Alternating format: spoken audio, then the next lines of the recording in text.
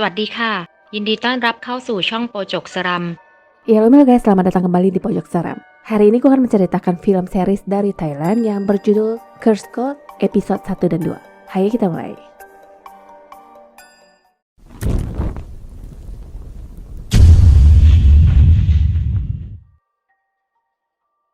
Bangkok tahun ayam 1821, sesosok mayat perempuan digotong dan dimakamkan di tengah hutan. Di tahun 2024, seorang nenek yang sedang sekarat tiba-tiba membuka matanya dan hal aneh pun mulai terjadi. Segala alat kedokteran berterbangan dan membubarkan para medis. Jika sudah begini, pemuka agamalah yang akan turun tangan, tapi ini pun ternyata tidak berhasil. Nenek memuntahkan darah dan orang-orang di sekitar meletus dengan sendirinya. Semua orang lari dan sang nenek pun sudah tidak terlihat di atas ranjang. Mungkin dia juga sudah meletus. Cerita berlanjut 2 bulan kemudian. Ada sebuah rumah yang hanya ditinggali seorang pria bernama Ek dan 2 ponakan bernama Day dan Modeng. Tidak diceritakan tentang orang tua kedua anak ini, yang pasti Ek selalu dibantu oleh temannya yang bernama M yang akan selalu mengantar mereka ke sekolah. Ek adalah paman sekaligus orang tua tunggal bagi kedua ponakan, sedangkan hutang pun sudah menggunung dan diancam pihak bank yang akan segera melelang rumahnya. Situasi memusingkan ini tidak membuatnya menyerah dan berjanji akan terus berjuang demi kedua keponakannya. Di tengah rasa gundah, sebuah harapan pun muncul. Seseorang memintanya untuk mengirimkan sebuah cermin ke rumahnya dan uang pun segera mampir di rekening. Alamat klien sendiri sangat jauh dan Eklah yang memutuskan untuk mengantarkannya sendiri. Singkat cerita, sampailah dia di rumah besar sang klien yang ternyata adalah rumah dari si nenek di awal cerita. Ek dipersilakan masuk ke rumah yang dipenuhi barang-barang antik dan lalu bertemu dengan penghuni rumah yang bernama Kritia. Di tengah-tengah obrolan terdengar suara rintihan dari dalam dan Ek dipersilakan masuk ke kamar untuk melihat kondisi ibu Kritia yang dalam kondisi tangan serta kaki yang sedikit bengkok.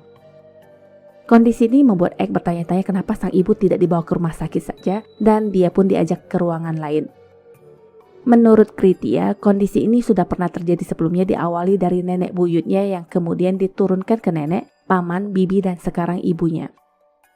Buyutnya meninggal 2 bulan yang lalu, di mana gejala awal hanya merasa kedinginan, lalu demam dan seluruh badan sakit, juga anggota tubuh seperti dipelintir. 2 minggu setelahnya terjadi pendarahan dari seluruh lubang di tubuh. Buyut juga sudah dibawa berobat tapi tidak pernah sembuh karena sesungguhnya keluarga ini sudah mendapatkan kutukan. Ek lalu diperlihatkan sebuah lukisan antik yang dibeli kakek buyutnya dulu. Lukisan itu mengisahkan tentang orang pintar yang sedang melakukan ritual dan ada catatan yang mengatakan bahwa perempuan di lukisan itu adalah salah satu anggota keluarga Kritia 200 tahun yang lalu. Perempuan penyihir yang diracun sampai mati, tapi ketika dibawa ke hutan, dia membuka mata dan melenyapkan seseorang dengan sihirnya. Karena itu dia pun dihabisi dan katanya 3 hari setelah kematiannya, keluarganya mulai sakit-sakitan. Anggota tubuh terpelintir, pendarahan lalu mati. Sama seperti apa yang terjadi sekarang. Keluarga yang tersisa menyewa sekelompok pemuka agama untuk melakukan ritual agar menghilangkan kutukan yang akhirnya semua pun kembali normal sampai pada 2 bulan lalu. Ek merasa dia juga tidak bisa berbuat apa-apa, tapi menurut Kritia, Ek bisa menolongnya karena dia adalah salah satu keturunan dari orang pintar yang sudah melakukan ritual kepada nenek moyangnya dulu, tapi tetap saja Ek tidak tahu menahu soal ritual. Malamnya Ek menjemput kedua keponakannya di apartemen M, dan M mengabarkan uang sekolah kedua keponakannya ini sudah harus segera dibayarkan. Hutang belum lunas, SPP terus jalan, hidup juga perlu biaya ditambah, desk kolektor bank yang terus menelpon membuat Ek memikirkan kembali tawaran Kritia.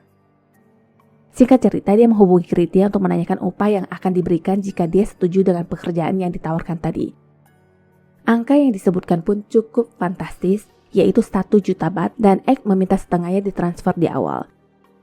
Negosiasi berjalan sangat-sangat lancar di mana Kritia langsung menyetujui dan uang pun mendarat dengan sempurna di rekening dalam hitungan detik. Besoknya Ek mulai dengan menemui kakeknya di kampung dan disambut oleh bibinya yang bernama Sri. Sayangnya kakek juga sudah meninggal 2 bulan lalu dan Ek sendiri susah dihubungi kala itu. Rumah dengan sejuta kenangan masa kecil yang juga suka terkena sabetan rotan sang kakek. Di ruangan inilah tersimpan sebuah kotak misterius dan kakek pernah berkata, jika sudah saatnya nanti, Egg akan mewarisi sesuatu yang sangat istimewa yang merupakan rahasia keluarga. Isi dari kotak itu ternyata adalah sebuah kitab tentang cara memisahkan jiwa penyihir dari tubuhnya. Di akhir halaman tertulis jika kamu sudah berhasil, maka akan ada clue yang mengarahkan ke tempat lain persis seperti permainan sebuah game. Ada sebuah bola besi yang entah apa fungsinya, dan di kitab tertulis 4 telinga dan 4 mata akan mengarahkan jalan. Karena tidak tahu apa maksudnya, dia pun googling dan ketemu gambar-gambar seperti ini. Pikiran semakin buntu dan bacaan berikutnya tertulis, kembalikan uang kepada jiwa di kawasan biara di hutan zaitun. Googling sana-sini akhirnya Egg mengetahui bahwa biara di hutan zaitun itu sudah berubah menjadi biara modern yang disebut biara Arun dan logam bertotol itulah yang dimaksud uang.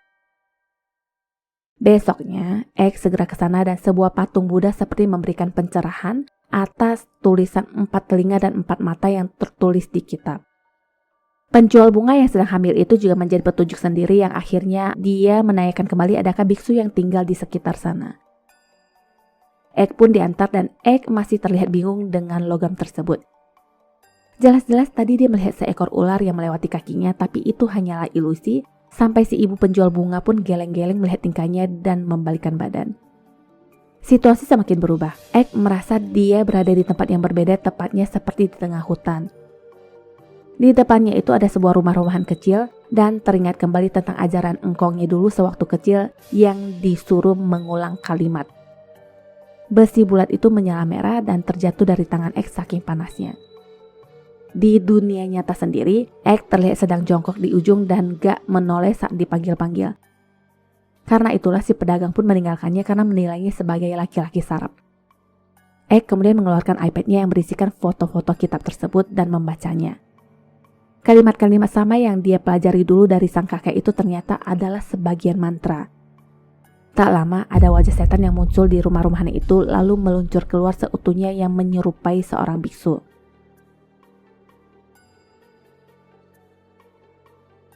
Egg mengingat harus mengembalikan uang sesuai dengan apa yang tertulis di kitab dan langsung menyerahkannya.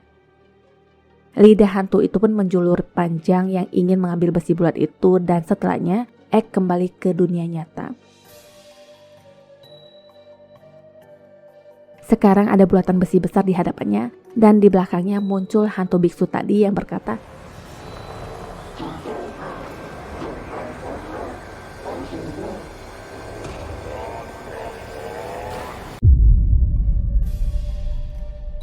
setelah itu Egg kembali menemui Kritia. Sekarang dia bersama temannya yang bernama Niti yang berstatus sebagai seorang sejarawan yang akan turut membantu mereka. Sebagai permulaan, Egg memperlihatkan temuan kitabnya di rumah lama yang mungkin berhubungan dengan keluarga Kritia. Dia juga mengeluarkan benda yang dia dapatkan yang ternyata diakui Kritia sebagai barang kepunyaan keluarganya dulu. Isi dari kotak tersebut itu adalah helaian rambut yang panjangnya lebih dari 170 cm yang mengingatkannya tentang perempuan yang ada di lukisan. Sementara Egg mengusulkan untuk menyimpan rambut tersebut karena menurut yang dia baca di buku, hantu pemilik rambut itu sangat kuat jadi percuma saja jika dihancurkan. Harus ada cara lain dan di sini Egg mengingat sosok hantu yang berkata tempat eksekusi. Berhubung hari sudah malam, mereka memutuskan untuk menyudahi hari ini dan akan melanjutkannya lagi besok. Sewaktu Egg baru saja akan pulang, ada rambut panjang yang menyusup ke dalam mobilnya. Awalnya dia tidak menyadari, tapi di tengah jalan saat lampu merah, Egg seakan merasakan ada yang tidak beres dan menoleh ke belakang yang tidak ada siapa-siapa, sedangkan sebenarnya tadi ada bayangan wanita berambut panjang yang duduk di sana. Tak lama segepok rambut pun melilit wajahnya yang ternyata hanyalah mimpi. Egg kemudian melanjutkan perjalanan dan menelpon M untuk meminta tolong menjemput anak-anak besok. Entah apa hubungannya dengan M, hantu wanita itu kini muncul sekilas di depannya dengan mengenakan baju merah, lalu menghilang. Sebelumnya di rumah Kritia, mereka sempat membahas tentang tempat eksekusi yang dimaksud hantu biksu. Terlalu banyak kuil yang berhembus soal rumor adanya hantu di sana, sehingga tidak mudah untuk mengidentifikasi tempat eksekusi yang dimaksud. Ada salah satu kuil di dekat sungai yang katanya pernah ada penampakan hantu tak berkepala. Di tengah-tengah, Ek baru teringat catatan tentang melakukan ritual yang disebut ritual wanita menangis. Ritual ini adalah ritual tradisional orang-orang suku Mon. Mereka melakukan ritual sambil menyanyikan lagu sedih seperti sedang menangis, dan mereka melakukannya di kuil Patum Kongkha. Ini mungkin adalah sebuah petunjuk dan mereka memutuskan untuk ke kuil itu besok. Besoknya seperti biasa, Ek menyiapkan sarapan untuk keponakannya dulu. Tak lama, Ek menelpon yang katanya hari ini ada meeting mendadak di kantor yang tidak bisa mengurus anak-anak. Ini gawat karena Ek juga ada keperluan sedangkan Day tinggal seorang diri di rumah dan Modeng sedang pergi dengan teman-temannya. Mau gak mau, si bocah akhirnya diangkut bersamanya ke kuil tapi Day disuruh menunggu di mobil. Ritual akan segera dimulai dan semua yang diperlukan sudah disiapkan di sana, termasuk para penari. Tertulis dengan jelas di kitab bahwa pertama yang harus dilakukan adalah melafal mantra sambil merebus air suci sampai mendidih. Bacaan kedua akan dilakukan saat air sudah dingin dan tidak boleh berhenti. Musik pun dimainkan dan penari mulai menari. Ek membaca mantra lalu di dekat mobil, Day merasa mendengar suara langkah kaki yang ternyata seonggok badan tanpa kepala yang berjalan. Ini menakutkan dan anak kecil itu langsung menundukkan kepalanya. Tanda-tanda keanehan lainnya terjadi dengan tempat penampungan air suci yang sedang dididihkan itu. Wadah tersebut bergetar dan terdapat goresan seperti disabet sesuatu yang tak kasat mata, lalu air pun tumpah. Ek meminta wadah lainnya dan Day tiba-tiba berlari ke sana yang katanya takut sendirian. Dia diantar oleh seorang satpam yang melihatnya berjalan sendirian tadi. Karena itulah Kritia lalu meminta Day dititipkan dulu dengan satpam yang dipanggil Paman Sak. Ritual kembali diulang dan air suci tiba-tiba berubah warna. Goresan-goresan di wadah kembali terjadi dan untuk kedua kalinya air itu pun tumpah. Pasti ada yang tidak beres dan Ek berpikir mungkin ada yang salah dengan wadahnya. Di gambar ada 3 kepala singa yang artinya wadah itu dibuat khusus untuk ritual, jadi bukan panci masak mama. Selagi Kritia dan Niti menanyakan soal panci ke pihak kuil, Ek mengingat keponakannya tadi yang berjalan keluar sambil melihatnya dan dia pun ke titik di mana Day berdiri. Di sanalah dia melihat wadah dengan 3 kepala singa tersebut. Segera wadah itu dikaryakan dan ritual pun kembali dimulai. Situasi berubah, air mendidih dan berubah warna.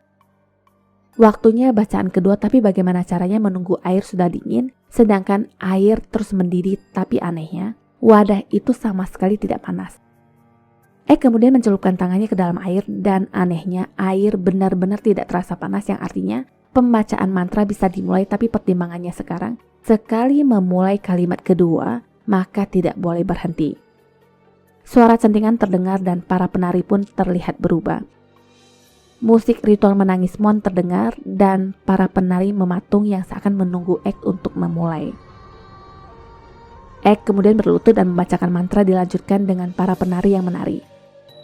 Semakin dilihat para penari ini semakin menyerupai suku Mon yang menari di masanya. Tak lama, Ek seakan melihat ilusi sebuah masa di saat terjadi. Beberapa orang berlutut dengan tangan diikat dan seorang dengan gampangnya leher mereka. Sialnya lagi di tengah-tengah baterai iPad mati sehingga Ek terhenti dan lututnya tidak bisa digerakkan sama sekali. Ketakutan ini sangat terasa ditambah para algojo itu semakin mendekat dari kiri dan kanan. Tinggal 2 orang lagi maka akan sampai kepadanya.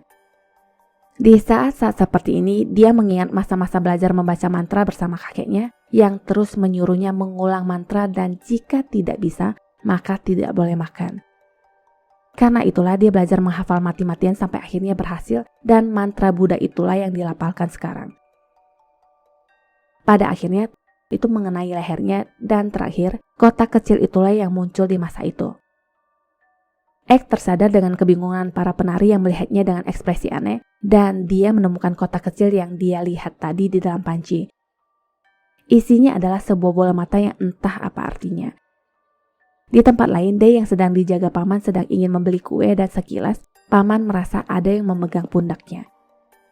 Dia masih terlihat heran apa yang menyentuhnya barusan dan tiba-tiba ada mobil dengan remblong yang menabrak gerobak penjual kue dengan korban 2 orang pembeli yang saat itu ingin dilayani duluan oleh sang penjual.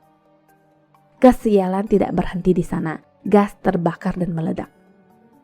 Peristiwa ini segera dikabarkan orang kepada Egg dan Egg syok melihat keponakannya yang sudah tidak sadarkan diri dengan luka di bagian mata bersama paman. Keduanya dilarikan ke rumah sakit dan Day menjalani operasi di bagian mata. Lagi tidak tahu harus berbuat apa, M datang yang menyalahkan Egg atas apa yang sudah terjadi. Tak lama, dokter keluar ruangan yang mengabarkan bahwa operasi berjalan baik, tapi masalahnya, Day bisa melihat kembali atau tidak itu masih belum tahu karena anak itu belum sadar. Sementara mereka akan pulang ke rumah mengingat Modeng sendirian di rumah. Di kamarnya pun sudah ada hantu perempuan dengan rambut yang sangat panjang dan mata yang tidak berpupil. Sesampainya di rumah dalam keadaan gelap dan M langsung memeriksa ke kamar Modeng. Baru aja duduk, Egg mendengar teriakan M yang memanggilnya. Modeng ditemukan sedang kejang-kejang di lantai dengan mulut yang berbusa. Singkat cerita, Modeng akhirnya tertolong karena sepertinya dia hanya terkena serangan epilepsi. Situasi kembali normal dan ketika Egg membereskan kamar Day, dia menemukan sebuah gambar yang menakutkan. Sesosok wanita berambut panjang yang mengingatkannya dengan rambut di dalam kotak keramat. Kecelakaan yang menimpa Day juga membuatnya menghubungkan dengan penemuan mata aneh sewaktu ritual. Besoknya, Egg berencana menemui Kritia dan M ikut dengannya. Modeng ditinggalkan sendirian di rumah dan hal menakutkan pun terjadi. Hantu berambut panjang itu pelan-pelan mendekatinya dari belakang dan mendekapnya. Bersambung. ขอบคุณที่รับชมช่องของเรานะคะ ถ้าชอบอย่าลืมกดไลค์ กดติดตาม และแชร์หนังเรื่องต่อไปของเรานะคะ ขอบคุณค่ะ Sampai jumpa.